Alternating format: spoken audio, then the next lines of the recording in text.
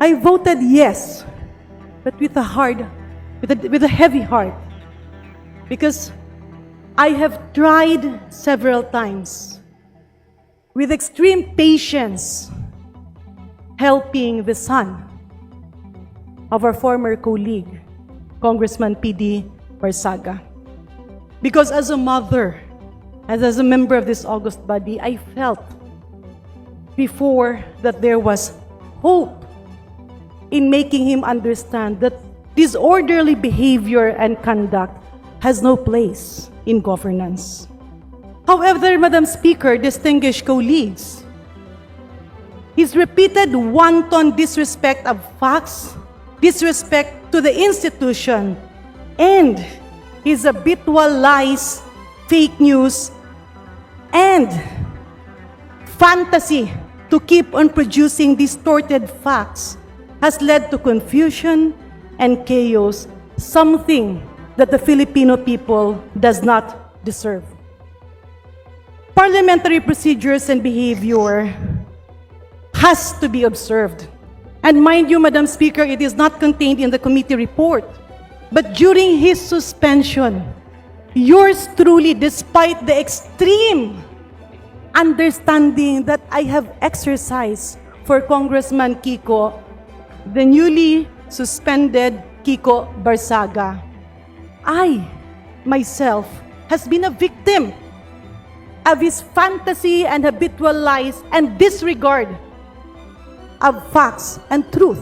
Just very recently, the good vice mayor of the municipality of Dueñas, who is a very good friend of Congressman Ferj Biron, died due to accidental firing. I do not know her that much. I haven't had the opportunity to be with her and to work with her. But I empathize with the pain that the family has to suffer. But that pain was aggravated when Kiko Barsaga delivered a speech in a podium and made a circus out of the death of former Vice Mayor Lamasan. Makatarungan bang paglaruan natin ang hinanakit ng isang pamilya? Makatarungan bang gamitin natin ang ating posisyon para gawing laro ang pagmanipula ng isip ng ating mga kababayan? Madam Speaker, distinguished colleagues, it pains me, but in fact, it's not even extension of suspension because his acts is already tantamount to expulsion. Ang totoo niyan, marami lang sa atin ang naaawa sa kanya at marami ang naririnig kong nagsasabing, nakakahiya. But Madam Speaker, distinguished colleagues, hindi hiya ang nararamdaman ko. Ang nararamdaman ko ay awa. Bilang isang doktor, bilang isang nanay, naiintindihan ko that there might be personal circumstances surrounding the events that are eventually unfolding. It's time for Kiko Barsaga to reflect and deeply look into personal matters while he is on suspension. Nakakaawa hindi lamang siya dahil ang stress ng paggobyerno ay dapat siniseryoso, pero mas nakakaawa ang kanyang distrito na kailangan ng representante. With that, Madam Speaker, distinguished colleagues, with the indulgence of our colleague, the Honorable Kiko Barsaga, he would understand that our action is because we are a Filipino and our government deserves the service that we have to generate and deliver. Thank you very much, Madam Speaker. Isang mapagpalayang hapon po sa ating lahat. I rise to respectfully place on record my no vote in support for Honorable Francisco Kiko Barsaga and to articulate principled opposition to any disciplinary action that undermines constitutional freedoms and the sovereign mandate of Kong Kiko Barsaga's constituency. It bears repeating that Honorable Barsaga holds his seat not by appointment or party fiat, but because of the direct mandate of his constituents as reflected in the official election results in his assumption of office in Article 6, Section 6 of the Constitution. It points out that legislators derive their authority from the electorate. any penalty imposed on Kong Barsaga that deprives the people of Dasmariñas of representation must be carefully scrutinized against constitutional standards. Ang pinarurusahan po natin sa mga hakbang ito ay hindi si Kong Barsaga, kung hindi ang mga taong nasasakupan ng kanyang pamumuno. Ang mga mamamayan ng Dasmariñas, Cavite ang nagbigay ng kanyang mandato at siyang nagluklok sa kanya upang iparating at marinig ang kanilang tinig sa kapulungang ito. Tila tinatanggalan natin siya o sila ng lehitimo at malinaw na pamumuno sa paulit-ulit na mga hakbang upang patahimikin ang kanilang representante. Patuloy na pinarurusahan ang kongresistang nagmiyaw-miyaw, ngunit wala pa rin nakakasuhan na malalaking magnanakaw. Masyado naman po tayong naging sensitibo.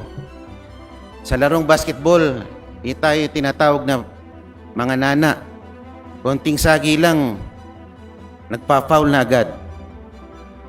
Kong Miao Barsaga is merely expressing his views under a current backdrop of unprecedented level of corruption in government never before seen. Nagsasalita lang naman po siya base sa kanyang nakikita at naobserbahan. Hindi po siya nag-imbento o gumagawa ng kwento na katang-isip lamang. If the disciplinary actions against Kong Barsaga stem from speech that discusses public issues such as statements on corruption or critical commentary, such actions risk contravening the fundamental right to freedom of speech and curtailing legitimate political expression. In closing, I reiterate the call I made the last time I rose in plenary to speak about the same matter. Huwag po natin hayaan ang institusyong ito, ang House of Representatives, nagipitin ang kanilang sariling mga miyembro. Maraming salamat po. 6 months ago, when this matter first came before the House, I voted to reprimand, not suspend, Representative Kiko Barzaga. I did so after carefully weighing our Constitution, our rules, and the fundamental demands of due process. While I considered the conduct unbecoming of a member of Congress, I did not believe then, nor do I believe now, that it met the threshold for suspension. Suspension is a severe sanction. It temporarily withdraws not only a member's privileges, but also the representation owed to his constituents. It is, in effect, the final step before the political death penalty of expulsion. Our discipline must be principled and proportionate, not reactionary. To impose another 60-day suspension today would be inconsistent with that principle and with the standards we seek to uphold. While attacks against this institution through social media are indeed improper and undermine public trust, our response must remain measured and just. We have a duty to balance accountability with fairness and to allow room for correction without unnecessarily depriving the people of the 4th District of Cavite of their chosen representative. For these reasons, in the interest of consistency and institutional integrity, I respectfully oppose the motion to suspend Representative Barzaga anew. Thank you, Madam Speaker. Majority Leader. Madam Speaker, may I now recognize Representative Elijah San Fernando to explain his vote. The Honorable San Fernando is recognized. Madam Speaker, mga kaibigan, ang kalayaan po sa pagsasalita at pagpapahayag ng damdamin ay nag-a-apply kahit sa taong pinakaayaw natin. Kahit pakaalitan, kaaway, o kinasusuklaman natin ng isang tao, hindi nito maaalis ang kanyang karapatang makapagsalita at ipahayag ang kanyang saloobin. Freedom of speech, Madam Speaker, is not selective. Hindi ito pumipili ng kulay o paniniwala sa politika. It is a constitutionally guaranteed and protected right. This representation understands the concerns of our colleagues in this august chamber. True, we must observe proper decorum. True, we, elected officials, are held to a higher ethical standard. Totoo na dapat nirerespeto at pinoproteksyonan ang ating institusyon. Pero ako po ay naniniwala na ang muling pagsuspinde kay Representative Barzaga ay hindi magpapanumbalik ng respeto ng taong bayan sa ating institusyon. Ang pagsuspinde sa isang halal na opisyal ay hindi magpoprotekta, bagkus lalong magpapahina sa kongresong ito. The will of the electorate should always reign supreme. Si Representative Barzaga ang pinili ng mamamayan ng Dasmariñas. Kaya sila lang din ang may karapatan na magtanggal sa kanya. Hayaan po natin na ang mga taga Dasmariñas ang humusga, pumatol sa kanilang hinalal na kinatawan. Yun lamang po, Madam Speaker at mga kaibigan sa bulwagang ito, magandang hapon po sa atin. I still recall some 50 years ago when former President Ferdinand Edralin Marcos Sr. speaking to us, youth leaders of the nation, saying he wanted to combine the wisdom of the youth with the foolishness of the old.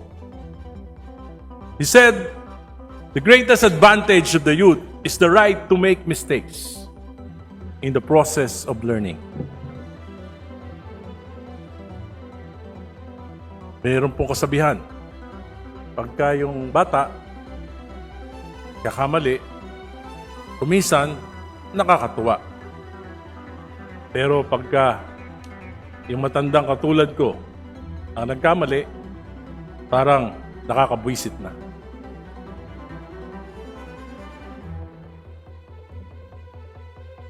We have already sanctioned Congressman Kiko with 60 days suspension. And in respect to my old friend, the late P.D. Barzaga, considering his youth, I can no longer vote for an extension of his suspension.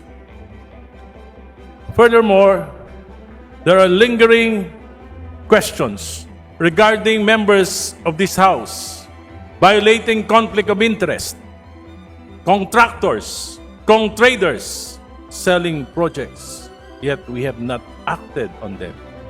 In fact, we have tolerated them.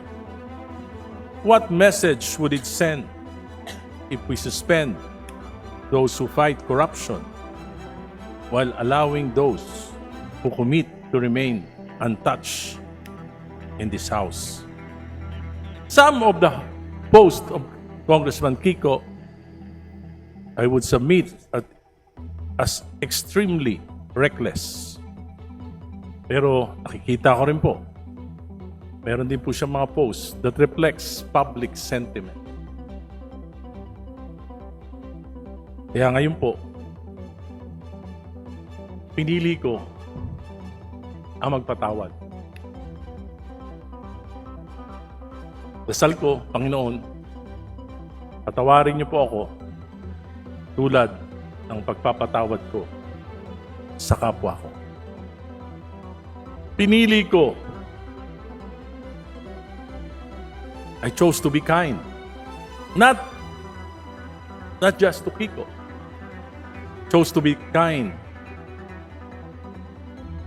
to the almost 1 million population of Dasmariñas, Cavite, the constituency of Congressman Kiko Barzaga. Salamat po.